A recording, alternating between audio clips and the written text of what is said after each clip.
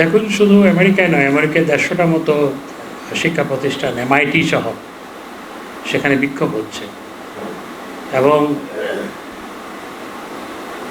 ইউরোপের বিভিন্ন দেশেও বিক্ষোভ হচ্ছে, বিশ্ববিদ্যালয়গুলোতে, শিক্ষা প্রতিষ্ঠানে বিক্ষোভ হচ্ছে, সারা পৃথিবী জুড়ে হচ্ছে।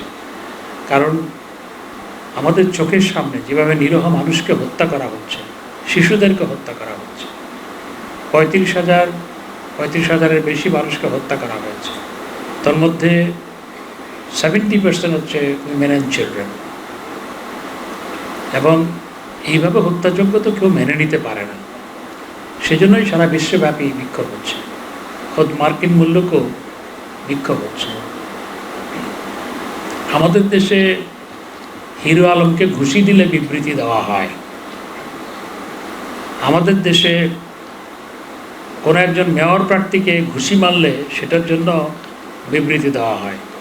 আর আমরা অবাক বিস্ময়ে দেখতে পাচ্ছি যে মার্কিন যুক্তরাষ্ট্রে সেখানে যারা বিক্ষোভ করছে তাদেরকে কিভাবে ব্রুটালি দমন করা হচ্ছে। এমনকি শিক্ষকরাও রেহাই পাচ্ছেন।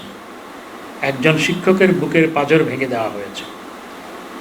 এই ঘটনা আমাদের দেশে বিক্ষোভ দমন করতে গিয়ে যদি এরকম আমাদের দেশের পুলিশ করত, আমার প্রশ্ন এখন যে তাদের কাছে তারা কি বলতো।